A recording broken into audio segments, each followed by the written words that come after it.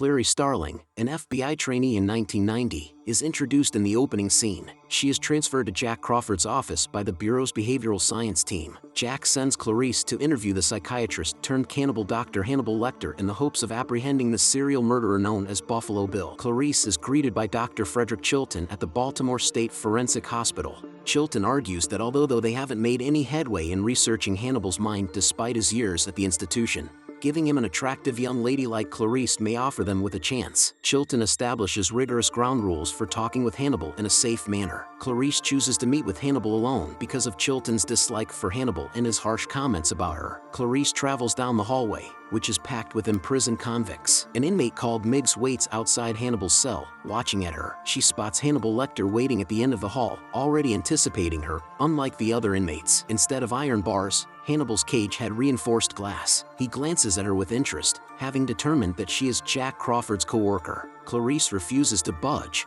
even when he discovers from her ID that she is still an FBI trainee. Clarice notices Hannibal's sketch of Florence's Duomo and admires his drawing ability. She changes the subject to the FBI questionnaire she was assigned to give, but Hannibal loses interest because he knows Jack intends to use him to learn about and eventually apprehend Buffalo Bill. When Clarice is asked why Buffalo Bill skins his victims, he says it's his trophy, as most serial killers do. Hannibal starts to take notes on Clarice from her close proximity to the accent she attempts to conceal. Clarice's diatribe ultimately comes to a halt when she pushes him to utilize his keen observation of himself, hinting that he is too terrified to do so. Hannibal gives her the questionnaire, slid the box to shock her, and leans against the glass, telling her how he ate the liver of a census taker who attempted to test him. She goes away slowly, but comes to a stop as Miggs spills body fluids in her face. Hannibal yells Clarice's name and apologizes to the other convicts. As compensation, he provides the name Moffat and proposes that she investigate herself, assist her in her investigation. Clarice leaves the institution and soothes herself by remembering how she welcomed her father back home as a youngster.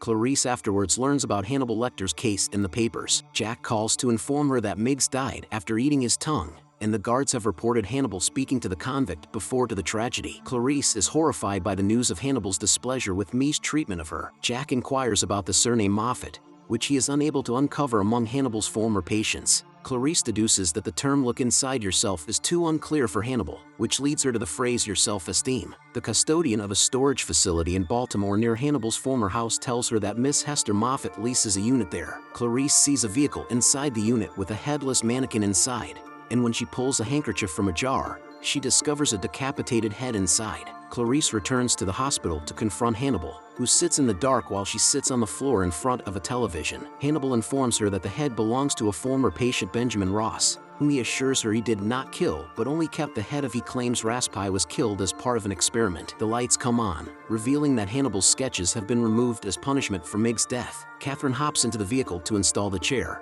but the guy repeatedly strikes her, knocking her unconscious. He analyzes her coat, thrilled to learn that she is a size 14. Before tearing her shirt and dumping it in the parking lot on their way to explore a new body. Jack filed to Clarice outlining how Buffalo Bill holds the victims for 3 days and all injuries are post-mortem, and how the corpses are invariably located in the river after all evidence has been washed away by the water. Clarice thinks Buffalo Bill is a Caucasian guy in his 30s to 40s. When Jack arrives at the funeral home, he discusses the matter with Sheriff Perkins while staring at Clarice. Jack asks a private conversation about the critical issue since the guys are worried by her participation in a serial case targeting women. Clarice, seeking to avoid the embarrassing circumstance, attends a funeral service in another room, reliving her father's death. Clary sees the body for the first time in the autopsy room. She is visibly distressed but perseveres in recording her findings on a tape recorder. First, she observes that the woman is from the city and that the dirt under her nails indicates that she attempted to claw her way out of something. Clarice then notices something in the body's throat. They discover a cocoon inside.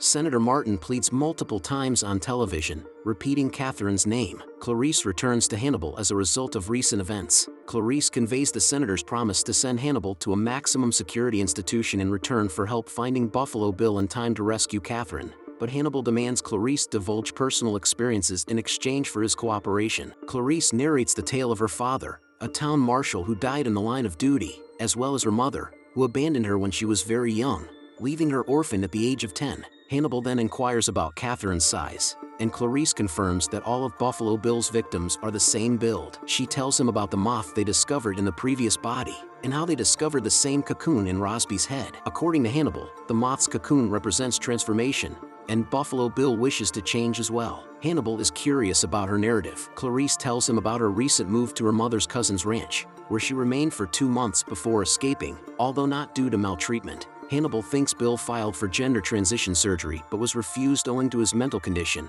implying that Buffalo was involved. Bill dislikes his identity and seeks to alter it. Bill instructs Catherine to apply lotion to herself in a dark room. Catherine, terrified and trapped inside a well, tries to bargain by bringing up her mother. Bill dismisses her, referring to her as it to dehumanize her. Bill lowers a lighted basket to retrieve the lotion, revealing the bloody claw marks on the wall to Catherine. In the meanwhile, Hannibal is back in his cell, tied to a gurney and wearing a muzzle. Chilton overhears Hannibal and Clarice talking and tells him that Clarice's bargain was a fraud. Chilton reached a separate bargain with Senator Martin, demanding the identity of Buffalo Bill in return for being transported to a Tennessee state prison. Meanwhile, Hannibal glances at a pen that Chilton has left behind. Hannibal introduces himself as Lewis but refuses to divulge his surname until he sees the senator. Hannibal is brought into the airport on his gurney. Senator Martin comes, hoping that the doctor might help her find her daughter. She provides Hannibal an affidavit proving their agreement, but he is ready to go through with the case. Bill is a buddy of Lewis's whom Rosby introduced to him via a breakthrough. Chilton distracts the press's attention,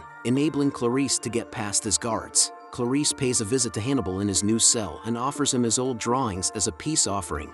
He mocks her for wasting her time with a bogus arrangement. Clarice deduces that it is an anagram for iron sulfide, often known as fool's gold. Hannibal assures her that Buffalo Bill has a yearning for something, and he asks Clarice why individuals want anything at all, as they agreed in his previous cell. He demands more of her narrative, knowing that Chilton would discover her at any minute, and she begs Hannibal to skip her story, but the doctor refuses. Clarice recalls that after hearing cries one early morning, she rushed to the farm and heard the lambs wail as they were butchered. Clarice tried to free them, but the lambs did not flee. Instead, she took one lamb and fled, hoping to save at least one life, but she was captured not long after. As a result, she was sent to an orphanage, and the lamb she attempted to save was slaughtered. Clarice can still hear the lamb screams in the middle of the night. Hannibal suggests that if she saves Catherine, the lambs will stop before Hannibal can say anything further. Dr. Chilton comes with cops to take Clarice away. Hannibal offers Clarissa a copy of the case file, which she hastily takes before it is ripped away. Officer Pembry and Sergeant Pembry Boyle brings Hannibal's meal after Clarice has left him cuffed before unlocking his cell door. Unbeknownst to them, Hannibal used a bit of Chilton's pen to pick the lock as he cleared the table. Boyle throws his food on the ground. As Hannibal kneels to grab his tray, he shackles Boyle and kicks the door in Pembry's face. Hannibal bites Pembry's face and sprays him with pepper spray before whacking Boyle with a baton, knowing that his escape is unavoidable. The officers downstairs notice the elevator heading up to the 5th floor. Shots are fired from a distance, alerting all officers. They wait for the elevator to descend, but it comes to a halt on the 3rd floor. Sergeant Tate seeks SWAT team aid while he and his crew examine the 3rd level. They check Hannibal's cell and uncover Boyle's corpse propped up like an angel. Pembray is comatose with a bloodied face, but he is still alive. Pembray is carried onto a stretcher and transported down the building via elevator, while inside blood pours from the ceiling, hinting Hannibal is on the elevator's roof. From above, they see him unconscious and clutching a revolver. Officers shoot him in the leg to prevent him from running, but he still does not move, so they open the elevator door from the inside, showing a corpse with no flesh on the face. In the ambulance, Hannibal removes the mask he created from Pembray's skin. Clarice is concerned after learning of Hannibal's escape, but she is convinced that he will not follow her. However, she and a companion uncover a message from Hannibal in the case files he gave her, hinting that Buffalo would be pursued. Bill's victims have a pattern. Clarice deduces from Hannibal's comment that Bill was familiar with the first victim, Beimel, Frederica. Clarice pays a visit to Frederica's house and searches her room. She discovers Polaroids of Frederica posing in her underwear inside a music box. She also deduces that Bill is making a skin suit to transform himself into a woman after discovering stitching supplies in an unfinished dress in Frederica's closet. Jack tells her that they have already located him in Chicago, a guy called Jamie Gump, also known as John Grant. Jack orders her to acquire fax tying gum to Beimel so that it may be used in the trial. Clarice then asks Stacy, a friend of Frederica, whether she is acquainted with Jamie Gum or any of his other aliases, but Stacy does not know the name. Stacy recounts assisting Frederica make adjustments for Mrs. Lippman. Bill later hears his dog whining in his house. Catherine has successfully kidnapped his dog Precious and is holding the dog hostage, which has enraged the man. A SWAT team is preparing to ambush Gum's house. Outside, the doorbell rings and Bill answers it. He gets to his feet and opens the door, but instead of the cops, it's Clarice. Buffalo Bill introduces himself as Jack Gordon and asks Clarice inside.